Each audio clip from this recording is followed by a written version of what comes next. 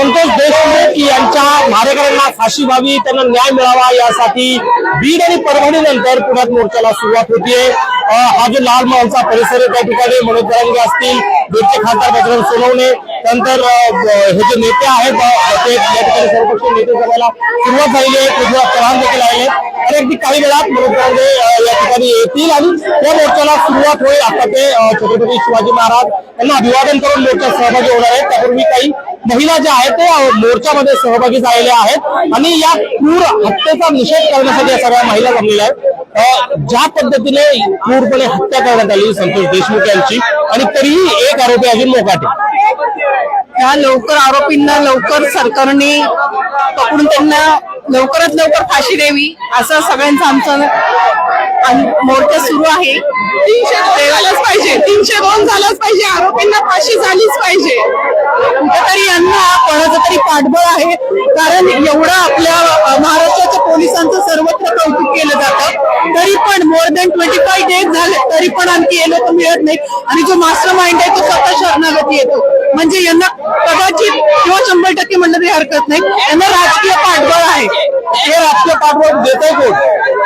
काय त्यांच्या जवळचीच लोक आहेत। मी स्वतः बीड जिल्ह्याची आहे, सो मला माहिती की तिथे कुठल्या पद्धतीने गोष्टी चालतात। प्रत्येक वेळेला निवडणुका असो किंवा काही असो, ज्या पद्धतीचं वातावरण असतं एकंदर त्या गोष्टी बाहेर येतात पण त्याच्यावर कोणीही ऍक्शन घेत नाही। म्हणजे यांना तसं बघायला गेलं तर तुम्ही पंकजा मुंडेंचा एक प्रोग्राम बघितला असेल ज्याच्यामध्ये त्या म्हणाल्या होत्या की धनंजय मुंडेंचं वाल्मिक कराड शिवाय पानही हालत नाही। हे एक स्टेटमेंटच सगळं काही आपल्याला सांगून जातं की नेमकं त्या व्यक्तीला कोणाचं पाठबळ असेल। आता बघायला गेलं तर पुण्याचा महत्वाचा आरोप आहे, पण खंडणीचा एक आरोप करून याला कुठंतरी मागं सरकवलं जाते असं आम्हा सर्वांना वाटतंय। तर आजच्या या आक्रोश मोर्चाच्या मार्फत आमची एकच विनंती आहे की जेवढे सगळे आरोपी आहेत त्यांना त्यावर 302 लागलाच पाहिजे आणि जेवढे नेते त्यांना पाठबळ करतायत तेवढे सगळ्यांनी राजीनामा देऊन जनतेची माफी मागितली पाहिजे। आरोपींना फाशी द्यावी आणि ही जनतेची मागणी आहे। आता हा जो मोर्चा काढता हा आक्रोश सगळ्या महिलांचा आणि या युवकांचा दिसतोय, पण तरीही आरोपी पकडले जात आहेत, टप्प्याटप्प्याने आरोपी पकडले। अजून एक आरोपी फरार आहे, आरोपी फरार आहे म्हणूनच त्या आरोपींना पकडून 300 फास्ट ट्रॅकवर घेऊन 302 चा कलम लागलाच पाहिजे आणि त्या आरोपींना शिक्षा झाली म्हणजे फाशीची शिक्षा झाली पाहिजे। कोण वाचवतोय आरोपींना? आरोपीला धनंजय मुंडे वाचवतात आणि आमच्यावर इतका अन्याय व्हायला की आता मला असं सांगायचं की ही जी आरोपी आहेत की आम्हाला जातीवाद करायचा नाही, पण आरोपी वंजाराचे आहेत आणि धनंजय मुंडे पण वंजाराचा आहे तो धन्य मुंडे वंजाराचाच आहे, तर त्यांना पाठीशी घालायचं काम करतात। आणि आज आमचे आजी दादा असतील किंवा एकनाथ शिंदे असतील का त्यांना झोपा लागल्यात का, त्यांनी गळ्यावर पट्टी बांधले का? आज जर आमच्या संतोषांना नाही घेतला तर मंत्रिमंडळाला सगळ्याला घरातून बाहेर काढून कसे आमच्या अन्नाचे हाल केले तसे केल्याशिवाय राहणार नाही। आम्हाला मुख्यमंत्र्यांनी आम्हाला शब्द दिलाय की आम्ही तुम्हाला न्याय देऊ, म्हणून आम्ही शांत आहोत। आज जर आमच्या संतोषांना नाहीत ना तरी आम्ही आमचं अजिबात बलिदान द्यायला तयार आहोत। एवढे मोर्चे होतात, एवढा आक्रोश होतो, धनंजय मुंडेचा राजीनामा मागितला होता, अजित पवार राजीनामा का घेत नाहीत? ते घेत नाही तर कारण की त्यांना त्यांच्याच हाताखालचे ते आहेत ना, जे धनंजय मुंडे म्हणतात ना त्यांच्याच ह्याच्यावर सगळं चालतंय। आम्ही भरपूर क्लिप बघतोय, भरपूर व्हिडिओ बघतोय, पण धनंजय मुंडेला सगळे घाबरतात असं ह्याच्यातून दिसतंय। अरे तुम्ही मराठ्यांचा जर खंदानी करसाल ना तर मराठीला नाही दिलाच पाहिजे आणि ह्याला वाचा फोडलीच पाहिजे।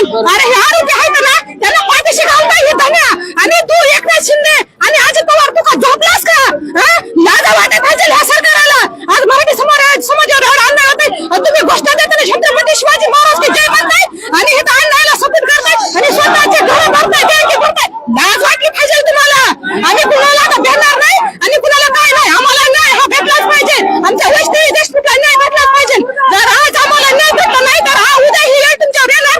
आम्हाला आमच्या मनोज दादांनी सांगितलंय की जशा तसा आता जशा तशाच उत्तर द्यायला भाग पाडला द्यायचं, त्याच्यामुळे आमची आता तयारी आहे। आम्ही जशाच तसं 100% उत्तर देऊ, घरात घुसून त्यांना मारू। ताई आता तू या मोर्चात येतोस, कुठली आहेस तू? मी पुण्याची आहे प्रॉपर आणि मला असं वाटतं की लवकरात लवकर आरोपींना न्याय हा मिळालाच पाहिजे आणि त्यांना 100% मधल्यामध्ये सपोर्ट करणारे मोठे मोठे आहेत लोक, त्याच्याशिवाय हा एवढी धांदलबाजी होणारच नाही। आणि सगळ्यात महत्वाचं म्हणजे जे पोलीस खात आहे, एका पोलिसांनी पैसे घेतले तर बाकीचा अख्खा डिपार्टमेंट बदनाम होतो। सो हा एक जो घेणार आहे याच्या शेपट्या पकडा आणि याच्यावरती कडक कारवाई करा आणि जर होत नसेल आमच्यासारख्या महाराष्ट्रांना सांगा, आम्ही लोक त्यांची सडती घेऊन त्यांना लटकवा. अजून काही महिला आहेत? ज्या डॉक्टरांनी त्यांना हे दिलं होतं, तिथे लपवून ठेवलं होतं, त्या डॉक्टरांची नावं, त्यांची घरं, ती सुद्धा मीडियाने समोर आणली पाहिजे. कोणत्या डॉक्टरांनी त्यांना तिथं आरोपींना अगदी छान आरामात सगळं हे दिलं होतं, त्या आरोपींना ज्या डॉक्टरांची नावं ती पण समोर आली पाहिजे. कोणती डॉक्टर आहे ती की ज्यांनी त्या आरोपींना लपवलं. संतोष देशमुख आणि सूर्यवंशींना न्याय मिळाला पाहिजे यासाठी समाज रस्त्यावर उतरलेला आहे. आणि या समाजाच्या ज्या मागण्या आहेत, हा 302 कलम गुन्हेगारांवर लागलं पाहिजेत. यांना कोणी पाठीशी घातलं नाही पाहिजेत. आज गृहमंत्र्यांनी या गोष्टीची दखल का घेतलेली नाही? आज टीव्हीवर या सगळ्या गोष्टी बघत आहेत. बीड मध्ये काय चाललेलं आहे सर्वांना दिसत असताना डोळे बंद करून कानावर आज 3 मागण्यांची गोष्ट, जी डोळे बंद करून कानावर हात ठेवून आणि तोंडावर हात ठेवून बसलेले आहेत. याचं काय समजायचं जनतेने? आज 302 गुन्हा दाखल करावा, धनंजय मुंडेचा राजीनामा घ्यावा. धनंजय मुंडे जोपर्यंत राजीनामा देत नाही तोपर्यंत न्याय मिळणार नाही, हा सर्व जनतेची मागणी आहे. हा जो मोर्चा अगदी थोड्या वेळात या ठिकाणी लाल महालापासून सुरू होणार आहे आणि या मोर्चाची जी सांगता आहे ती जिल्हाधिकारी कार्यालयासमोर एका सभेनंतर सभेने होणार आहे. या सभेमध्ये मनोज जरांगे असतील, सुरेश दस असतील, त्यानंतर संदीप क्षीरसागर असतील, पृथ्वीराज चव्हाण असतील, हे नेते नक्की काय बोलणार, काय संबोधन करणार याकडे लक्ष लागले आहे. कारण काल परभणीमध्ये जी वादळी सभा झाली ज्यामध्ये मनोज जरांगे पाटील यांनी जे वक्तव्य केले, घरात घुसून मारण्याची जी भाषा केली, त्यानंतर या सभेकडे खास करून महाराष्ट्राचं लक्ष लागलेलं आहे. त्यामुळे हा मोर्चा आता सुरू होतो अगदी थोड्या वेळात त्याची सांगता झाल्यानंतर नक्की काय दिशा आहे, तिचं पुढे येणार आहे. महाराष्ट्र म्हणून